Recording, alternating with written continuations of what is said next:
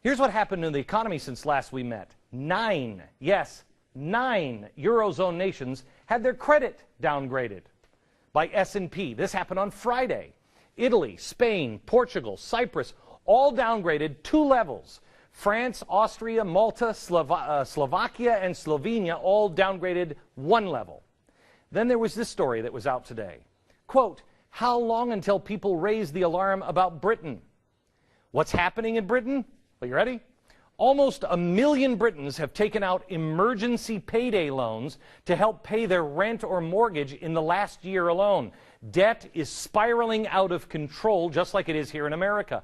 Millions in the UK are afraid of losing the roof over their head. Borrowing costs are now going through the roof for all of these European countries, and it just got more expensive. Why? Because they continue to rack up debt, and they're being downgraded. Their credit rating is going down, so it's going to cost more. It doesn't end well. Now, the elites have been telling us that all they're trying to do is save these individual countries. First, it was global collapse. Then it was save these countries. Now they've changed again. They're not saying that they're trying to save Greece anymore. They're now saying it's something more than just saving Greece. Quote, European officials now say that the task is less to help the country through its troubles than to avoid the start of a sort of uncontrolled default that many experts fear will threaten the global financial system. You're here at GBTV for a reason. Brace for impact. We will explain all of this to you, and one of the most important, I think, financial aspects that nobody understands, and when they do understand, the world changes overnight. This is an important mile marker. And it's important for you to tell your friends how far down the road we are. Greece, Italy, England, and then America. Greece is out of money, so are we. But Greece has riots in the streets. Wait a minute. Their elected officials now are being replaced by technocrats.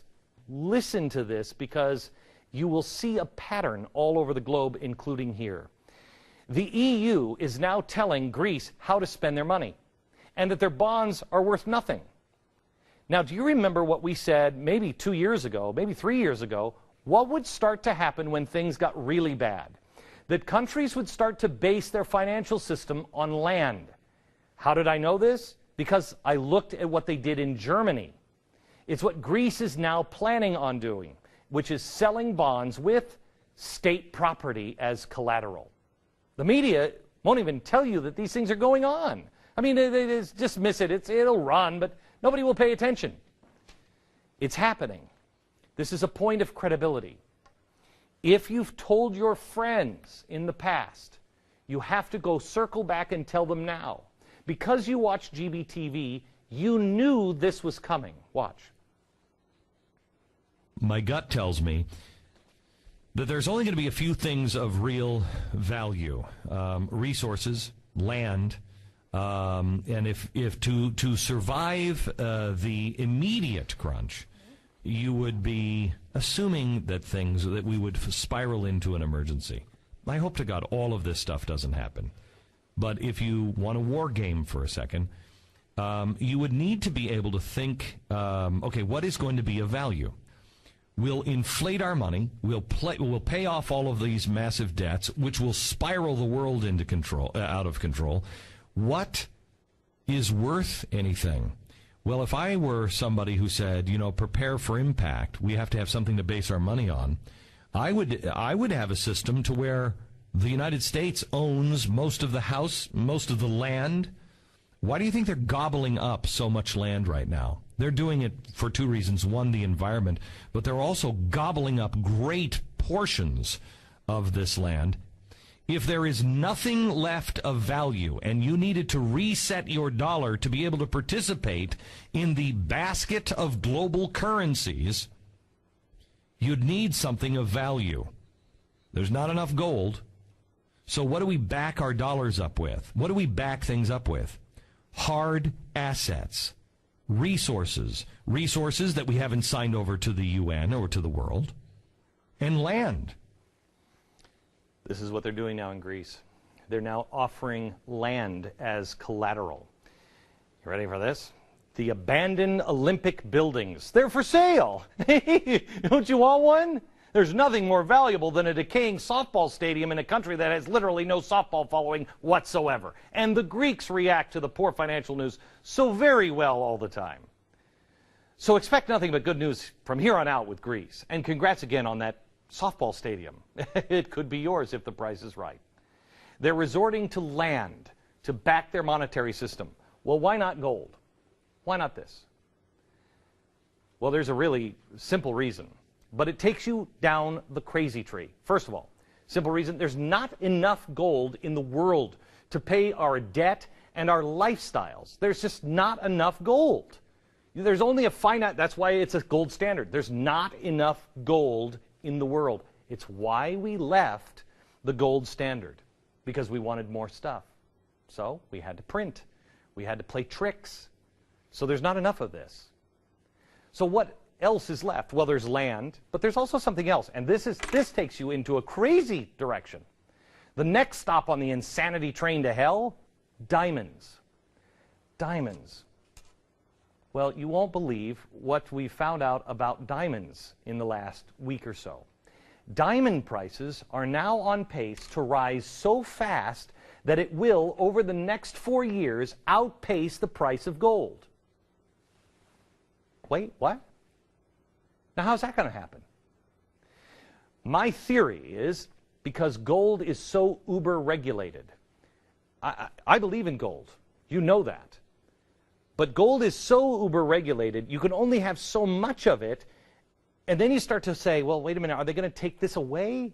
You've got to spread things out. Well, what else do? You have land. But gold, they're tracking. They're suppressing. And they're suppressing the price of gold through all kinds of little economic tricks. Now, I buy this, and everybody knows it. I buy this, and the government doesn't know it. They don't know it. Every time I buy this, it's registered. They know exactly. This, I can go to a jewelry store and get this. No one knows. Do you remember 4 years ago when I told you, start thinking like a German Jew in the 1930s? What did they do? Well, art, gold, diamonds. Anything that had any kind of value that they could trade. What I believe this means with the price of diamonds going up as much as they have, it means that people are starting to think like a German Jew in the 1930s all across the globe. It's a sign we are now moving one giant step in the wrong direction and people are waking up. Get on the train before it leaves. I know how crazy all of this sounds. But you know what sounds even more crazy? Not paying attention to actual facts. There's something else that the media hasn't talked to you about. And it is truly remarkable. This is a milestone in human history. What's happening right now will be recorded in history. There was something a few weeks ago that came out on Italy. It came out on a website that I read quite often. It's a great website called zerohedge.com. I don't agree with everything on this website, but they are ahead and they understand what's going on. But it shows now why Italy is rapidly heading towards fascism. Did I just say that? Yes. Their brand of newly unelected technocratic government should be kind of a red flag or a black flag as Italy is concerned. For a moment here, we're just going to talk about Italy. But I want you to I want you to see the warning signs here. We're talking about a country that is famous for its laid-back, slow-moving lifestyle. People work like 10 minutes every year. You know what I mean? They don't get things done overnight in Italy. But that's exactly what happened during 4 days this past November when the Prime Minister stepped down. He was abruptly replaced by unelected technocrats. Now, if you don't know what a technocrat is, you need to know what technocracy is.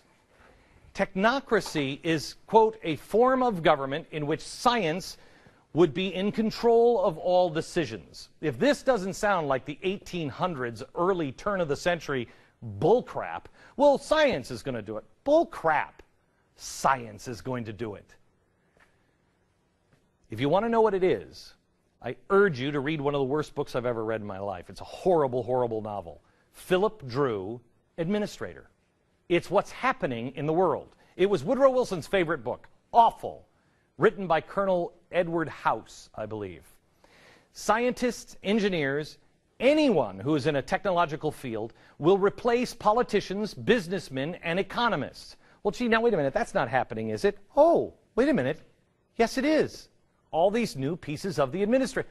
Who's making the decisions on the environment? Are politicians? No. Faceless bureaucrats. Tenocracy. That's what it is. These leaders are selected by a bureaucratic process rather than a democratic election. It's what Cass Sunstein is all about.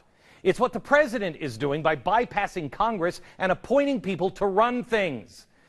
It's the Fed. The Fed is making decisions. You're not even involved. Now, I don't know about you, but all of that sounds about as appealing as a Helen Thomas sex tape, doesn't it? Yeah. Well, that's exactly what happened in Italy. I mean, not the Helen Thomas sex tape. That didn't happen, thank goodness. But Berlusconi was ran out. Technocrats were appointed. How long did it take them to appoint these guys? Remember, we're talking Italy, where he's like, relax. We got next year and the year after and the decade after that. 4 days. 4 days. They took the prime minister out and replaced him with a technocrat. And the world remained silent. So, let me give you a little perspective on 4 days here. This is the Christmas White House Christmas tree. Ready? The White House Christmas tree. How long did it take for them to set this up? It took the White House staff 4 days to put the tree up. So in the time that it took to decorate Obama's Christmas tree, Italy fundamentally transformed its government, got rid of its prime minister, and put in a whole new system. And the world said nothing. So now who is the head of Italy's new government? Well, it's this guy. You're going to love this guy. This guy. He looks like a nice guy, huh? Nobody voted for him, but he looks like a nice guy. He's a university professor. Oh, so he's an expert. He's also the former head of the EU Internal Market Commission. He's the guy who fined Microsoft for, quote, I think he said, getting too big for their boots. Well, I want to get to know him, so I start always with what my mom said. My mom always said, show me your friends and I'll show you your future. Okay, so let's look at his friends. His friends include Professor, this guy, Romano Prodi. Love him. He's great. He bases himself in a heavily communist university there in Italy. He's also the guy who created the euro. Oh. In the pocket of Goldman Sachs. He's also friends with this guy, Mario Draghi.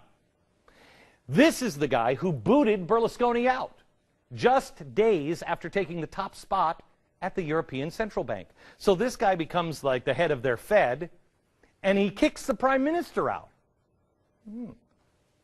He also believes in the state over the individual. Okay, so let's go back to Romano. Mr. Romano Prodi, huh? He's the guy who created the euro.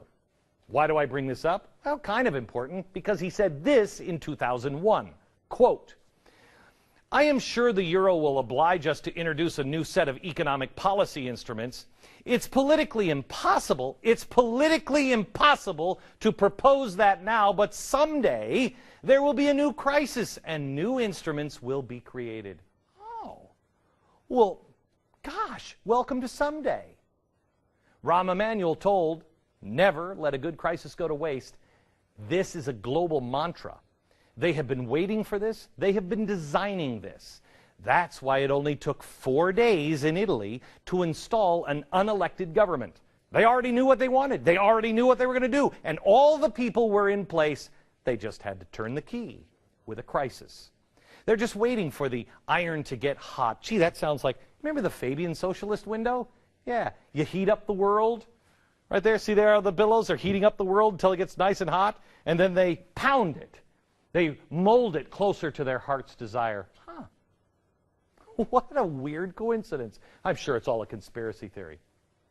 Believe what you want. The facts are here. It's happening right now. Now people in Italy are so desperate, they're willing to beg a strongman to come in and fix it, but he's not coming in as a strongman. He's just an administrator. He's a technocrat. He'll just make it go away. Now, you'd think in all countries of the world, Italy would be one of them that wouldn't go down this path again, but here we are. And the scariest part, they are now starting to board up the exits. I will show you what they're doing in Italy and how it is coming here in America.